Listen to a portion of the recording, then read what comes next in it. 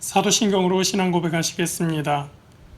전능하사 천지를 만드신 하나님 아버지를 내가 믿사오며 그 외아들 우리 주 예수 그리스도를 믿사오니 이는 성령으로 잉태하사 동정녀 마리아에게 나시고 본디오 빌라도에게 고난을 받으사 십자가에 못 박혀 죽으시고 장사한 지 사흘 만에 죽은 자 가운데서 다시 살아나시며 하늘에 오르사 전능하신 하나님 우편에 앉아 계시다가 저리로서 산 자와 죽은 자를 심판하러 오시리라.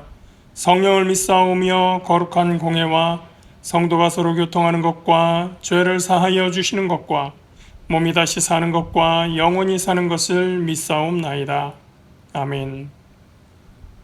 함께 보실 말씀은 시편 67편 1절에서 3절 말씀입니다. 구약성경 849면에 있습니다. 구약 849페이지 시편 67편 1절에서 3절 말씀입니다.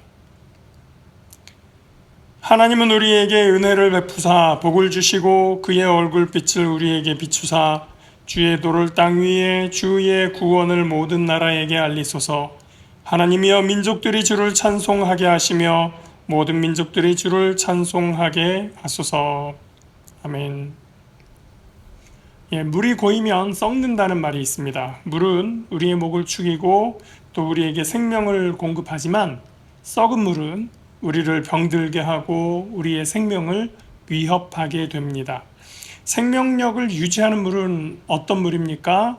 흐르고 섞이면서 역동적으로 움직이는 물입니다.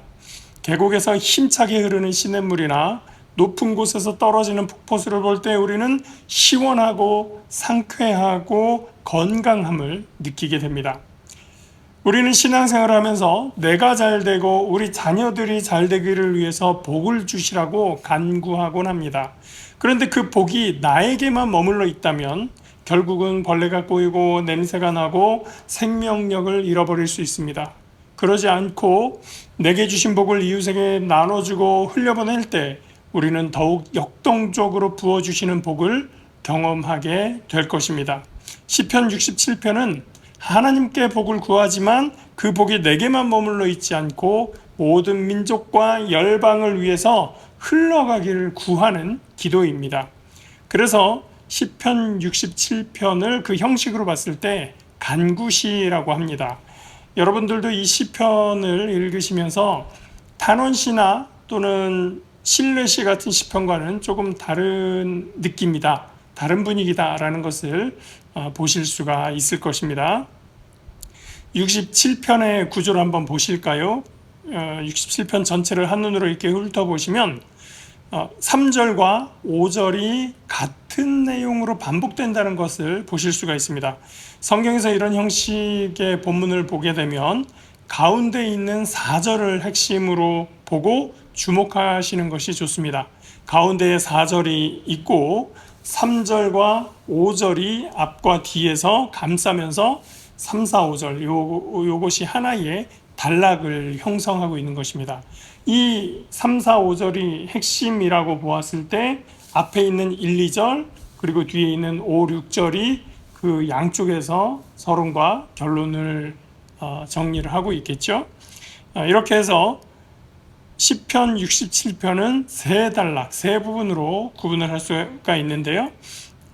어떻게 앞에서 첫 번째 부분은 1절과 2절이라고 말씀드렸습니다. 하나님의 구원이 모든 열방에게로 확대되기를 간구하는 내용입니다. 그리고 3절, 4절, 5절은 그 모든 열방이 하나님을 찬양하기를 간구하고요. 그리고 6절, 7절에서는 복을 경험한 모든 열방이 하나님을 경외하기를 간구하는 것으로 마무리가 되고 있습니다. 정리하면 1절에서 시작한 공동체의 경험, 하나님의 복을 받은 그 경험이 만민에게, 열방에게 전달되고 뻗어가기를 구하면서 그 경험을 통해서 모든 열방이 하나님을 경외하고 찬양하기를 간구하는 것, 그것이 시편 67편의 내용이라고 할 수 있습니다. 자, 그러면 한 구절씩을 한번 보겠습니다. 1절입니다. 하나님은 우리에게 은혜를 베푸사 복을 주시고 그의 얼굴빛을 우리에게 비추사. 1절은 민수기 6장에 아론의 축도가 나오는데요. 그 요약본이라고 할 수 있습니다. 민수기 6장 24절에서 26절 말씀을 제가 읽어보도록 하겠습니다. 야훼는 내게 복을 주시고 너를 지키시기를 원하며 야훼는 그의 얼굴을 내게 비추사 은혜 베푸시기를 원하며 야훼는 그 얼굴을 내게로 향하여 드사 평강 주시기를 원하노라 할지니라 하라. 자, 여기서 얼굴빛을 비춘다, 얼굴빛을 비춘다라고 하는 말은 무슨 말일까요? 우리가 잘 뭔가 이해가 되지 않으면 그 내용의 반대는 뭘까를 생각해 보면 이해하기가 쉬울 때가 종종 있습니다. 자, 얼굴빛을 비춘다라는 말의 반대말은 얼굴빛을 가린다, 얼굴을 돌린다, 이렇게 생각을 할 수가 있습니다. 누가 다른 사람에 대해서 얼굴을 돌린다, 얼굴을 감춘다 라고 하면 어떤 의미가 됩니까? 그 사람을 싫어하고 좋아하지 않고 그 사람 무시하고 싶어하고 그런 뜻이 되겠죠. 그럼 반대로 얼굴을 비춘다, 얼굴빛을 그에게 비춘다, 그에게 얼굴을 돌아본다 라고 하는 말은 무슨 말이겠습니까? 그를 좋아하고 그에게 관심이 있고 그를 아낀다 라는 내용으로 우리가 알 수가 있습니다. 그래서 시인은 얼굴빛을 비추소서라고 간구하고 있는데요. 그런데 이 1절에서 중요한 것이 두 가지가 있습니다. 첫 번째는 그 얼굴빛을 누구에게 비추기를 구하고 있느냐? 우리에게 라고 하는 것입니다. 나에게 라고 하는 개인주의적인 이기적인 그런 간구가 아니라 우리에게, 우리 공동체를 향한 간구다 라고 하는 것이죠. 이 기도문은 그래서 우리라고 하는 공동체가 받을 복에 대한 기도입니다. 특별한 것은 우리 순복음교회 교인들은 공동체에 대한 기도 훈련이 매우 잘 되어 있는 공동체입니다. 그래서 우리는 기도 시간마다 우리 교회를 위해서, 사회를 위해서, 국가와 민족을 위해서 늘 기도를 하죠. 오늘 시편처럼 나만을 생각하지 않고 우리 공동체가 함께 복받기를 구하는 저와 여러분에게 하나님의 복이 임하실 줄 믿습니다. 두 번째로 시인은 은혜를 베푸사라고 은혜를 구하고 있습니다. 은혜는 어떤 것입니까? 은혜는 그냥 주어지는 것입니다. 자격이 없는데 주어지는 것을 은혜라고 합니다. 자격이 있을 때 뭔가 행동을 했고 뭔가 능력이 있고 그래서 그 결과로서 주어지는 것은 은혜라고 하지 않습니다. 보상이라고 할 수 있고 성과라고 하는 것이지 그것을 은혜라고 하지 않죠. 내가 자격을 갖추지 못했는데, 내가 한 것이 없는데, 내가 아직 부족한 것이 있는데 그럼에도 불구하고 무엇인가를 받았을 때 우리는 그것을 은혜라고 부르는 것입니다. 하나님께서 우리에게 얼굴빛을 비추어 주시는 것은 참으로 기쁘고 감사한 일입니다. 그런데 그것은 어떻게 주어지는 겁니까? 하나님께서 우리에게 은혜를 베푸사, 하나님이 은혜를 베푸심으로써 그 얼굴빛을 우리에게 비추신다고 하는 것입니다. 경우에 따라서 은혜는 그래서 기댈 곳 없는 자에게 베푸시는 호의라고 할 수 있는 것입니다. 따라서 얼굴빛을 비춰달라라고 기도하는 기도는 단순히 우리를 축복해 주세요, 우리를 복 주세요, 우리에게 복 주세요라고 하는 축복의 요청이 아니라 내가 가장 연약한 그때에, 내가 여전히 부족한 그때에 하나님의 호의와 사랑 안에 거하게 해주옵소서라고 하는 기도인 것입니다. 그러니 여러분, 우리가 하나님 앞에 간구할 때 우리 간구하는 자의 태도는 어떤 겁니까? 내가 맡겨놓은 것이 있으니까 그거 내놓으세요라고 내 권리를 주장하는 것이 아니라 하나님 은혜를 베푸사 주의 얼굴을 비추소서라고 기도하는 모습이 우리에게 필요한 것입니다. 하나님께서 얼굴을 내게로 비추시고 그것이 은혜라는 것을 깨달을 때 우리는 문제보다 더 큰 은혜를 이미 선물로 받았다는 것을 알게 됩니다. 시인은 1절에서 은혜를 구하는 이유를 2절에서 이야기합니다. 2절, 주의 도를 땅 위에, 주의 구원을 모든 나라에게 알리소서. 여기서 주의 도라고 하는 것은 단순한 길이 아니라 삶의 방식, 통치의 질서를 뜻합니다. 그래서 하나님의 다스림과 구원의 길이 온 세상에 알려지기를 기도하는 것입니다. 여러분, 하나님의 복은 강물과 같습니다.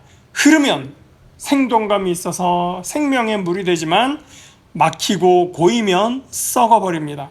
시인은 하나님의 복이 우리 공동체에만 있게 해주세요, 우리만 간직하겠습니다 라고 기도하지 않고 온 땅 위에 있는 모든 나라에게로 흘러가기를 간구합니다. 내 삶에 주어지는 은혜는 가정과 이웃과 또 열방으로 흘러가야 하는 것입니다. 3절로 봅니다. 하나님이여 민족들이 주를 찬송하게 하시며 모든 민족들이 주를 찬송하게 하소서.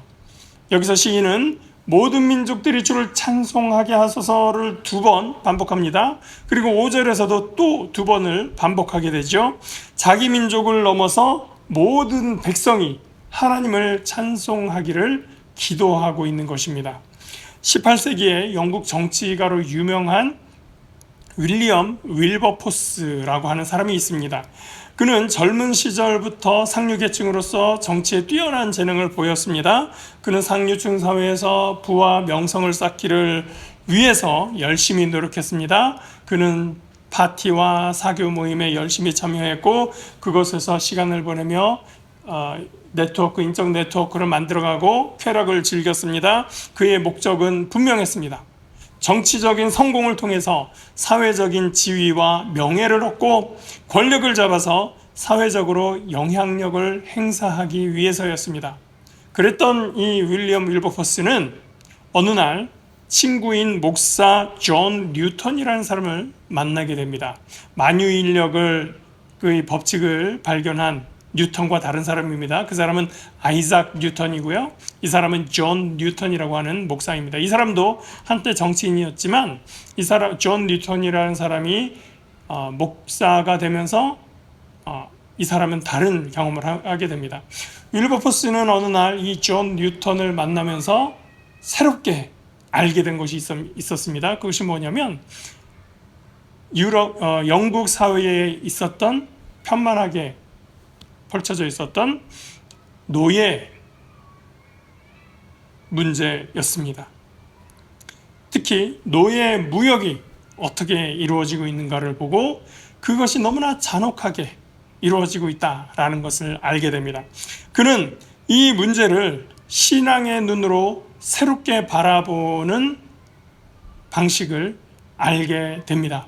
존 뉴턴을 통해서 그는 이 노예 무역의 처참함, 비참함을 알게 되었고 그는 성경을 깊이 연구하면서 노예 문제에 하나님의 사랑과 하나님의 정의가 어떻게 적용되어야 할 것인지를 새롭게 깨닫게 됩니다. 그의 깨달음은 그의 정치 활동에 큰 변화를 가져오게 됩니다. 윌리엄은 지금까지 쌓은 정치적 영향력을 하나님의 길, 주의 도를 위해서 쓰기로 작정합니다. 그때로부터 그는 평생 비인간적인 노예 무역을 폐지하는 운동에 헌신했습니다.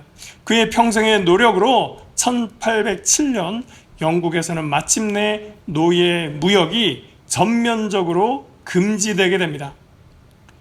그리고 그 다음에 그는 노예제 폐지를 위해서 헌신하게 됩니다. 그래서 영국에서는 1833년 앞으로 1년 내로 모든 노예를 폐지한다라는 법안이 통과되게 됩니다. 이 법안이 통과됐다는 소식을 윌버포스는 병상에서 듣게 되었고 그 소식을 들은 지 3일 후에 그는 세상을 떠나게 됩니다. 불과 세상을 떠나기 3일 전에 자기의 평생의 소원, 자기의 평생의 정치적인 목적이었던 노예 해방이라는 꿈이 이루어지는 것을 그는 목격하게 되었던 것이죠. 그가 받은 복, 윌리엄 윌버포스가 받은 복이 자기 몸 안에만, 자기 가정 안에만 머무르게 되었다면 수많은 생명의 자유를 누리는 이러한 노예 해방이라는 결과는 일어나지 않았을 것입니다. 그러나 하나님의 은혜를 받은 사람이 자신의 복을 세상으로 흘려보낼 때 세상이 바뀌고 역사가 바뀌게 되는 것입니다. 이러한 일이 일어날 때 사람들은 어떻게 반응할까요? 4절입니다. 온 백성은 기쁘고 즐겁게 노래할지니 주는 민족들을 공평히 심판하시며 땅 위의 나라들을 다스리실 것임이니이다. 아마 노예의 상인들은 자신의 사업권을 빼앗긴다고 생각했을지 모릅니다. 또 지배자들은 자신의 재산을 잃는다고 생각했을지 모릅니다. 그러나 사람을 노예로 부린다는 것이 얼마나 비인간적인가를 사회적으로 알고 그러한 행위가 근절되면서 결국은 모두가 기쁘고 즐거워하는 것, 그것이 하나님의 뜻이고 그 뜻이 이루어졌던 것입니다. 그것이 하나님의 복을 흘려보내는 원리입니다. 누군가 기득권을 가진 사람이 손해보는 것 때문에 사회의 공평하고 무사함을 방해하는 것이 아니라 모두가 그 한 복을 누릴 수 있도록 하는 것. 우리가 받은 복이 이웃에게로 흘러나가면 사회가 변하고 나라가 변하고 역사가 변하게 됩니다. 그때 모든 민족을 공평하게 심판하시고 땅 위의 나라들을 하나님의 법으로 통치하시는 것이 이루어지는 것입니다. 6절입니다. 땅이 그의 소산을 내어 주었으니 하나님 곧 우리 하나님이 우리에게 복을 주시리로다. 땅이 그 소산을 내었도다. 전통적으로 이 땅이 열매를 맺는다, 땅이 소산을 낸다라고 하는 것은 하나님이 복을 주신 결과로 이해되고 있습니다. 우리에게 은혜를 베푸시고 복을 주시면 그 결과로 땅이 소산을 내는 것입니다. 즉 이 말은 농업에서 적용할 때는 풍요로운 수확을 의미하는 것이지만 우리의 인생, 우리의 삶에 적용할 때는 하나님의 복이 실질적인 열매로 나타나게 된다라고 하는 의미 상징인 것입니다. 이러한 복이 누구에게로 주어지는 것입니까? 7절 하나님이 우리에게 복을 주시리니 땅의 모든 끝이 하나님을 경외하리로다. 그 복이 우리에게 임한다고 해서, 즉 하나님의 백성에게 임한다고 해서 이스라엘 백성만 또는 그리스도인들만 하나님이 선택한 백성에게만 주어질까 싶지만 그렇지 않고 땅의 모든 끝에 이르도록 그 복은 퍼져나가고, 그래서 모든 땅과 모든 민족과 모든 나라가 하나님을 경외하기를 기원하는 것, 그것이 이 모든 간구의 마지막입니다. 여러분, 우리의 간구는 어떻습니까? 하나님, 나를 복 주세요. 내가 잘 살게 해주세요. 우리의 기도는 거기에만 머무르고 있지 않죠. 하나님, 우리에게 복을 주셔서 이 복이 열방을 살리게 해 주옵소서. 그것이 저와 여러분의 기도가 되기를 축원합니다. 하나님의 얼굴빛이 우리의 삶과 가정과 일터를 비추기를 기도하고 그 빛이 우리를 통해서 이웃의 열방에 흘러가도록 기도하기를 바랍니다. 우리가 복의 통로가 될 때 하나님께서 그 복의 통로를 넓히시고 우리의 삶을 통해 더 크게 영광 받으실 줄 믿습니다. 기도하겠습니다. 사랑의 하나님, 감사합니다. 하나님께서 은혜 주시고 우리에게 복 주심을 감사합니다. 하나님, 우리가 받은 복을 내 안에서 머무르게 하지 않고 그것을 이웃에게로, 민족에게로, 열방에게로 흘려보낼 수 있도록 하나님 은혜를 더하여 주시옵소서. 하나님, 내가 취하고 내가 쌓는 것에 내 실적으로, 내 성공으로 삼는 것이 아니라 하나님의 은혜가 나를 통하여 얼마나 더 많이 흘러나갔는지를 가지고 우리가 기뻐하고 감사하며 하나님께 영광 돌리는 삶이 되게 하여 주시옵소서. 오늘도 함께 하시는 하나님께 감사드리며 예수 그리스도 이름으로 기도합니다. 아멘. 하늘에 계신 우리 아버지여, 이름이 거룩히 여김을 받으시오며 나라가 임하시오며 뜻이 하늘에서 이루어진 것 같이 땅에서도 이루어지이다. 오늘 우리에게 일용할 양식을 주시옵고 우리가 우리에게 죄 지은 자를 사하여 준 것 같이 우리 죄를 사하여 주시옵고 우리를 시험에 들게 하지 마시옵고 다만 악에서 구하시옵소서. 나라와 권세와 영광이 아버지께 영원히 있사옵나이다. 아멘.